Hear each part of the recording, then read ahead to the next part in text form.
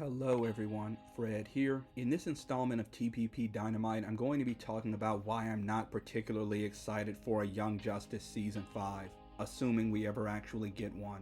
First things first though, if you haven't already, let me encourage you to subscribe to my channel. I post film, book, and TV series reviews. I do opinion pieces on entertainment, news, and affairs. I'm also an author of adult and young adult mystery novels. I have 3 books out now. There are links to them in my video description below, and I encourage you to check those out as well. With that in mind, and without further ado, I'm going to just jump right into it. So I've got 3 main reasons, and I already know this subject is going to be incendiary. Plenty of people love Young Justice, plenty want to see it back, I get it, and for the record, despite its flaws, I do think it's one of the best animated superhero series of the past 2 decades. But if you're one of those people who think this show was flawless and deserves no criticism, I just ask you to hear me out before you dismiss this entire video. Okay. First, this show has begun to place far too much emphasis on plot development and far too little on character development. Young Justice Season 1 had a perfect balance of character and plot development. Season 2 had a less perfect but still decent balance that skewed a little more towards plot than it should have. Then Seasons 3 and to a slightly lesser degree 4 turned a corner and went full-on plot-driven to the near omission of character development.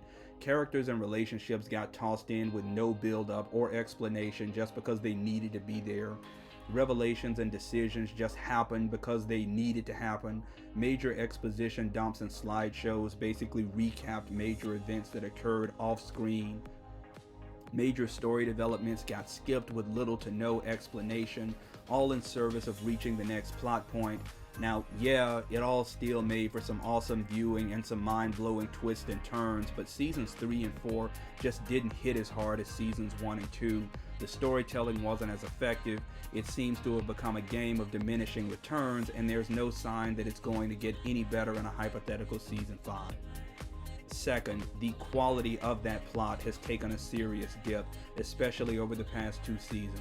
Young Justice Seasons 1 and 2 delivered some very solid season-long plots while also slowly teeing up to the granddaddy of all plots, a galactic war against Darkseid. That's part of why fans were devastated when the show got cancelled after Season 2 before the Darkseid thread could be paid off. When most fans heard of the Season 3 renewal after almost a decade, one big part of why they were so excited was that they thought they'd finally get some closure on that front. And they're still waiting because it didn't come in either Season 3 or 4. Instead, the Justice League and Young Justice teams made alliances with New Genesis and enmity with Apocalypse off-screen in plots that were only referenced in story. We got little teases of the Darkseid War or indications that the most interesting developments on that front happened off-screen. Meanwhile, Seasons 3 and 4 majored on less interesting plot points like half-baked meta-human trafficking schemes and social media campaigns. Season 4 did sort of redeem itself with some of its arcs and with the long-form House of Zod time travel plot, but even the Zod storyline fell flat in the end because of how much of a non-event it turned out to be. Part of the charm of that story was the looming threat of a Kryptonian invasion, but all that ultimately came of it were a few small skirmishes with depowered Kryptonians, some members of the Young Justice team, and a weakened Superman, and it just made me roll my eyes how the full Justice League only showed up to help in that fight after the last battle had been won, and how fast everything just reverted to the status quo. And that has been a general problem with Young Justice over the past 2 seasons. The refusal to alter the status quo too much or lean too far into the spectacular nature of some of the comic book storylines that it either teases or adapts. Put frankly, Seasons 1 and 2 were a thrill ride. Seasons 3 and 4 have basically been a slow burn to something that may be great when and if it happens. And in the end, I'm neither sure that the payoff will be worth the wait or that I want that wait to continue again through a hypothetical Season 5.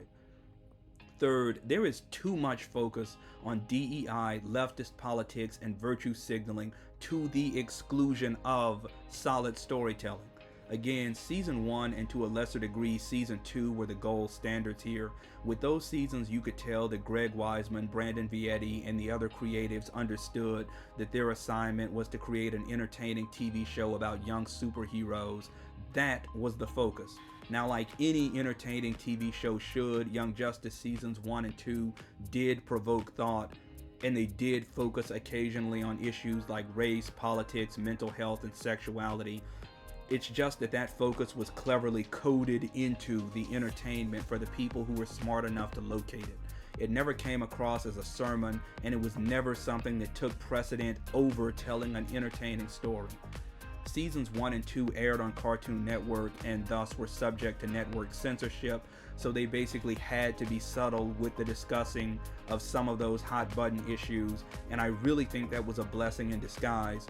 Forcing the show's creatives to be clever about teaching certain lessons to viewers was a great way to ensure that the focus never veered far from where it belonged, which is on crafting a solid story. Seasons 3 and 4, on the other hand, which aired on streaming services, were totally freed from those checks and balances, and it showed. Instead of focusing primarily on entertainment, seasons 3 and 4 have repeatedly placed the show's most interesting storylines on back burner to do multiple ham-fisted episodes that no one wanted about religion, politics, queerness, racism, and border control. Season 3 turned Lex Luthor into Donald Trump. Multiple characters over both seasons wasted entire episodes agonizing about mental health, and it was all just so annoyingly obvious and preachy and domineering. Again, I'm not saying that lessons about politics or religion or social responsibility have no part in entertainment. Quite the opposite. Entertainment is supposed to make viewers think and aspire to confront the evils of their world. I remember Daredevil season 3, which might have been the best season of a show that was already one of the best superhero shows ever written. Season 3 was the most political and leftist of all Daredevil seasons, and the showrunner Eric Olson specifically confirmed that season 3 was intended to be that way. But the writing on that season was so good, the entertainment value so high, and the politicizing so clever that I didn't even realize what Eric was doing until I heard him explain it in an interview after season 3 had aired. That man understood his assignment, and that's why most people would argue that Daredevil season 3 still stands the test of time, almost 6 years after the fact. Young Justice's creative team understood the assignment in seasons 1 and 2, and that's what created a fan base strong enough to revive the show a decade after it was canceled in the first place. But it's like being granted the freedoms of writing for streaming services has caused Young Justice's creative team to lose about 40% of their focus on the story as they do their best to appease the left while preaching to the right. Fans had to suffer through it in Young Justice seasons 3 and 4, and I'm not looking forward to going through it all again in a hypothetical season 5. Also, besides the 3 reasons I just mentioned, Greg Weisman, Young Justice's showrunner and creator, has been historically bad at taking constructive criticism, particularly from fans, the right way, usually tossing out responses that range from sassy to downright mean-spirited. He only really answers to himself when it comes to Young Justice. Brandon Vietti is technically his partner, but Greg is the more public-facing and vocal one. I've never heard Brandon challenge Greg on any relevant decision regarding Young Justice, and that doesn't leave me with much hope that Young Justice will get any better in a hypothetical season 5. So, will I watch Young Justice season 5 if it ever comes out? Yeah, probably. It's still one of the best animated superhero shows of the past 2 decades, like I said, but I'm just not looking forward to it like I was with season 3 before that aired. This show has burned through most of the goodwill that seasons 1 and 2 earned with me.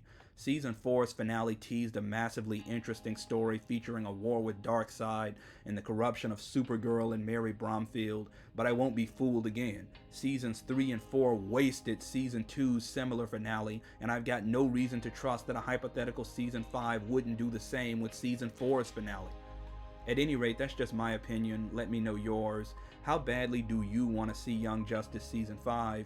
Do you agree with me? Do you disagree? Are your feelings more complex? Sound off in the comments below, but if you do disagree, I ask that you disagree agreeably. We're all just talking here and there is no need to be cruel. Meanwhile, if you like this video, don't forget to leave a like, click subscribe, ring that bell, and hey, follow me on social media as well. So long.